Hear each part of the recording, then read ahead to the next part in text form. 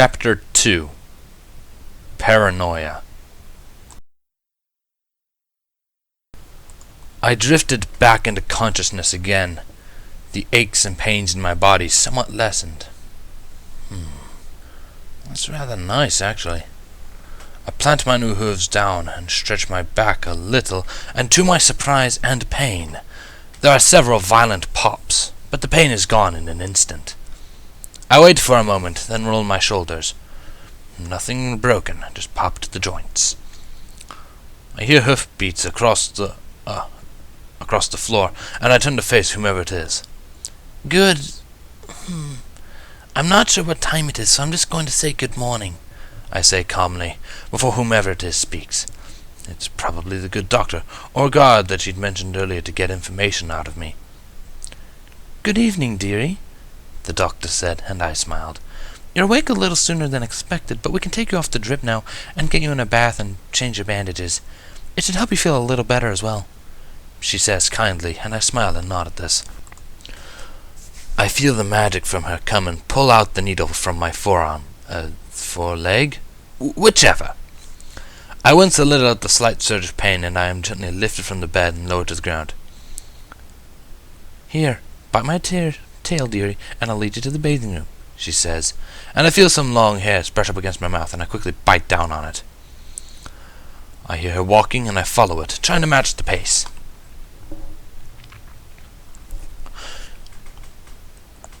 It's a little tricky, but I've seen horses move before and tried to copy it. I'm probably moving like a golem, but still.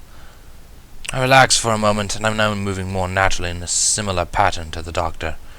It takes about a minute, and there's the sound of a door opening before she stops. Here we are. You can let go of my tail now, she says, and I let her hair out from between my lips and teeth. Now, I'm going to take the bandages off, but I'm going to put a waterproofing spell on the injuries to keep the soap out. That's a relief, I respond, more for the sake of learning my new voice and answering. It's very young and innocent, without a drop of the raspy, jaded nature of my former voice. I feel a slight surge of magic, and the bandages follow without issue. Another surge later, and there is a barrier on my injuries, no more harsh than the bandages themselves, and exclusively on the wounds. Now I'm being lifted by magic, and now I'm being lowered into warm water with a slick feeling to it and numerous bubbles. Odd. There's not even a blade hidden in the water or a contact poison seeping in. I can sense some more magic and flinch away just a little as I feel something make contact with me and start scrubbing. There's a squeezing noise and something is in my mane and spreading it around when I hear the doctor gasp in shock. Is something wrong? Here come the machetes and explosive powder-propelled lead shots. Your horn! She exclaims in shock, and I reach up around the same general area that hers was, and I feel it. A small, jagged bump that's rather tender. So something did attack me as I slept. That's a surprising relief. If things did get too peaceful, then the forces against me tend to build up to levels requiring me to go through a rebirth. Well, what's left of it at least, I say to myself, so I'm not in the form of a pegasi, a winged unicorn, pegacorn. I'm positive there's some word for it all its own. The silence is profound, and I'm positive she's staring at me. Is something wrong? I ask. Now I'm worried that there's a discrimination against hybrids. This could end badly. At least I'm back in familiar territory, though. No, nothing's wrong. You poor foal, she said, and the brushing is both quicker and more gentle. I can't tell, but she seems to be more attentive. My hybrid nature has rattled her badly, and I'm not sure if it's in a good way or a bad way.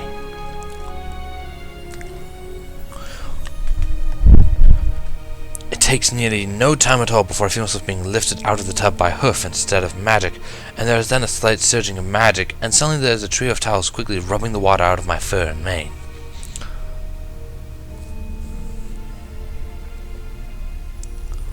Another brush shows up, and my tail and mane are both quickly brushed out before there's a pause. Your mane is a little on the long side. Is there something you would like done with it? She asked, sounding a little nervous. Is she about to strangle me with my own hair? Inventive, I'll give her that.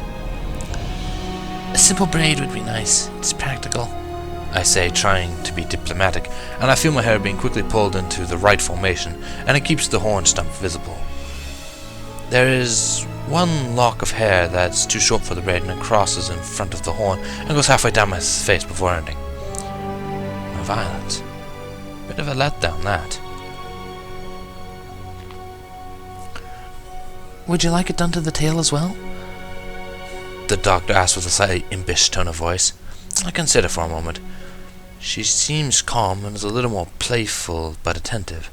Perhaps something good has happened for once.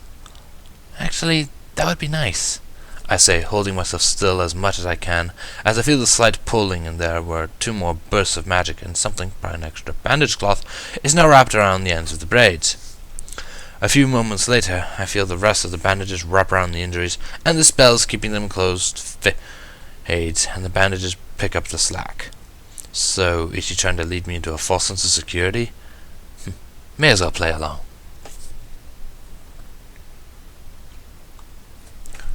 Well, you certainly look handsome now, little colt, she says gently with a bit of a giggle. Oh yeah, something's up. This is a little embarrassing, but it just occurred to me that I don't know your name. I'm terribly sorry, I tell her, and I get the feeling she's smiling at me. What for? I'm about to learn her name, and she knows that I know about naming magic. Why is she smiling? It's all right, sweetie. I forgot to tell you with all those surprises you keep bringing up. My name is Dr. Gentlehooves, she says kindly, and I smile. I got her now. If she tries anything, she'll have the same wretched time I did. A pleasure to meet you. I don't have a name, so I'm afraid I can't give you one, I say with a slight bow, and there's a bit of a titter from her. Clearly my hammy performance put her at ease. Or she feigned being at ease, so I would be put at ease. Clever. Alright, little colt, follow me. Grab my tail, too, she says gently, and I grab the tail hairs that brush up against my face and follow the sound of her hoof steps, trying to match her pace. We go all the way back towards the bed, but I'm certain the bed I was in is a few more meters forwards, I say, slightly nervous. I can hear someone else breathing. The breath sounds fairly large, at least larger than Dr. Gentlehooves. Is the fight about to break out? Will I have to curse this doctor through her tail? Yes, my nurse, Mr. Feelgood, has prepared a different bed for you so that you are not putting clean fur on dirty sheets. He's also fetched a clean needle so that we can put you back on the drip, Dr. Gentlehooves explains, and I nod at this. All right, I'll keep playing you a game, Doctor. Well, thank you, I say towards the sound of the second breathing, and I hear a noise of surprise. How did you know I was here? Nurse Feelgood asks me, and I smile. I can hear you breathe, so I took a guess, I say, and there's a bit of a chuckle from him. Yeah, laugh it up, musclehead. I know how to deal with your type. You're a clever one, Foal. Doctor, could you speak for a moment? Feelgood asks, and Gentlehooves lifts me upwards and into the bed. Ah, so the conspiracy begins! Hold on a minute, dearie. I'm about to put the needle in, Gentlehooves says, and there's a small amount of pain, and a bit of metal is now embedded in my right shoulder. A bit of cloth is tied around the tube to keep it in place. Now, I'll need a minute or two to speak with Nurse Feelgood, she explains, and I nod. I listen to both of them trot off and then strain my ears. If there's a poison in the IV, then my necrotic tents will nullify the negative effects and alert me to any danger. The voices came through. Alicorn? Didn't tell? Is all I can make out of Feelgood's side of the conversation. I didn't have to tell the nobles, I hear from Gentlehooves. True. Celestia, kill him. At this, my heart speeds up before I forced myself to calm down. Maybe they simply think that I think that they think that someone may be trying to kill me. They finish speaking, and Gentle Hooves returns.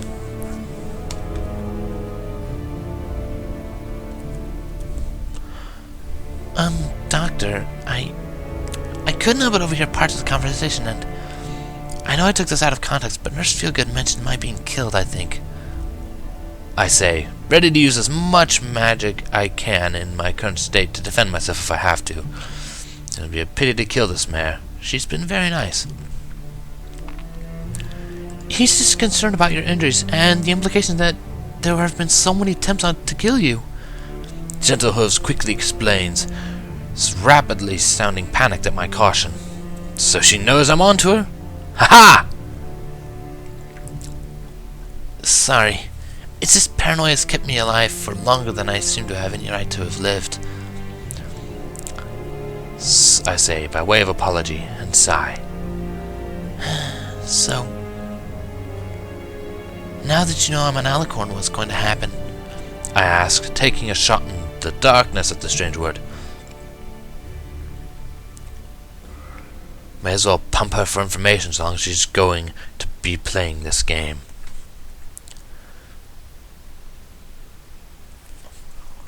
Well, I'm not sure if you actually know this, but Lilicorns are very rare. You see, you have the blessings of all three types of ponies. The magic of unicorns, the wings of Pegasi, and the strength of earth ponies. Gentle Hooves explains to me, and I start thinking. So, I'm safe due to my crippling injuries, removing any advantage I would hold over other ponies, thus removing any jealous riots? I ask, and there's a stunning silence. I take it I'm in error about that, I say. Not even a question. Gentle Hooves is so quiet I start to wonder if she's even breathing. Perhaps she's trying to silently draw a weapon? Yes, you are wrong. All currently known Lilicorns are royalty.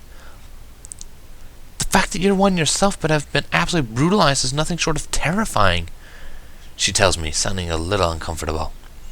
There's no way in all seven hells I could be so lucky as that. Something must be up. Sorry, I apologize, trying to stall for time and reinforce my meek appearance.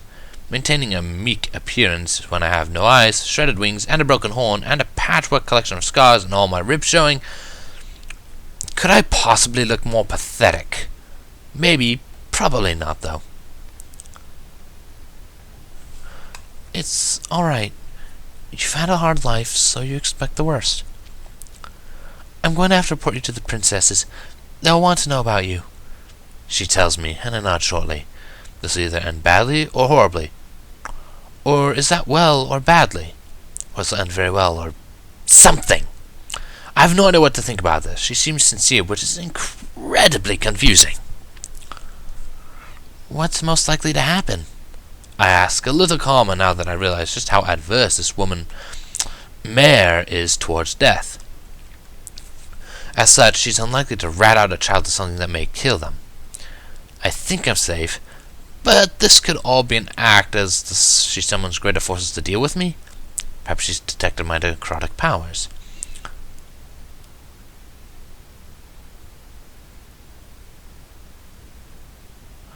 Well, most likely you'll end up adopted by one of the princesses, but there's going to be a riot about your injuries. No matter how well you carry them, your appearance will horrify many of the nobles. Gentle Hooves tells me, and I smile a little before grinning slightly.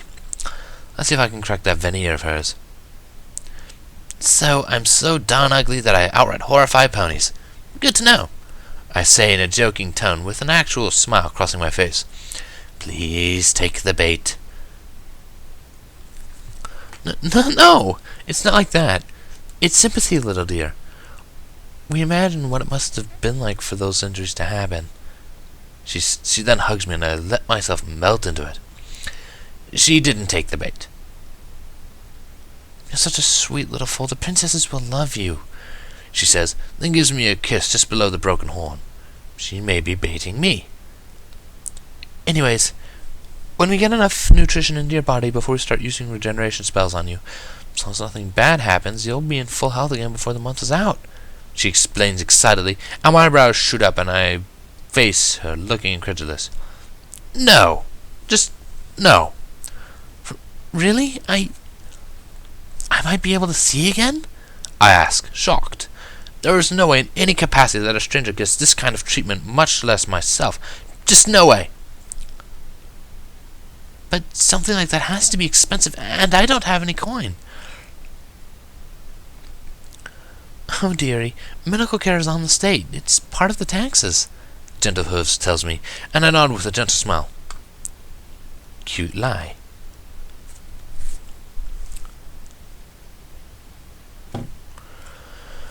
By the way, sweetie, I've sent Nurse Feelgood to summon a representative from the palace for your sake. We're only a block away from the palace, so he should be back soon. No, that cannot be good. Actually, we're already back, Nurse Feelgood says, and I turn my head in the general direction of his voice. Time for a fight, then. Oh my! Captain Shining Armor! Gentlehoof says in shock. Well, no prize as to guess what the new guest is wearing, then.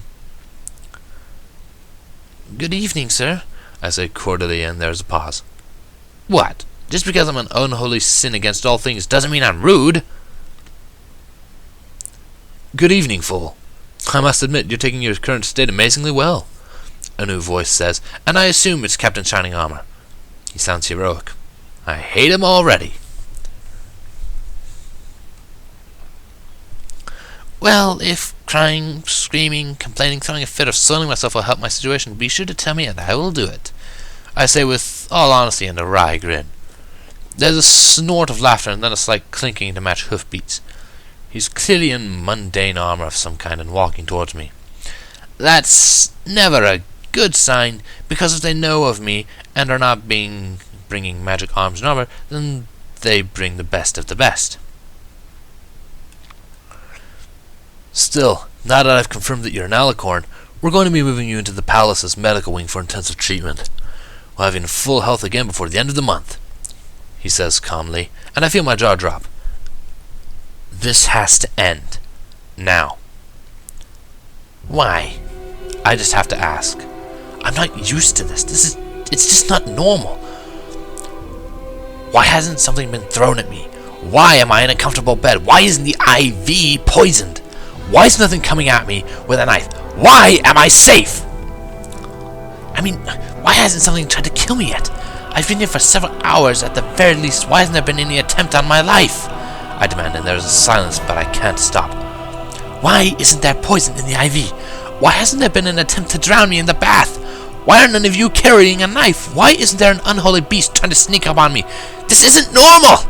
I nearly shout, and it echoes in the room around me. What the bucking hay happened to this colt? Shining Armor half shouts, sounding shocked to his core. And he's affronted by this! What kind of messed up reverse world did I stumble into? Look, I'm sorry that I'm being rude, but I'm at the edge of my wits. Why isn't something trying to kill me? If things are peaceful for too long, then all unholy hell breaks loose and I get torn apart again. I declare, my voice growing shrill as I start to completely panic. I begin channeling magic. The headache returns and I can feel it flowing out of my horn stump in distorted waves before it backlashes on me and slams me onto the bed, which collapses. My consciousness leaves at record speeds.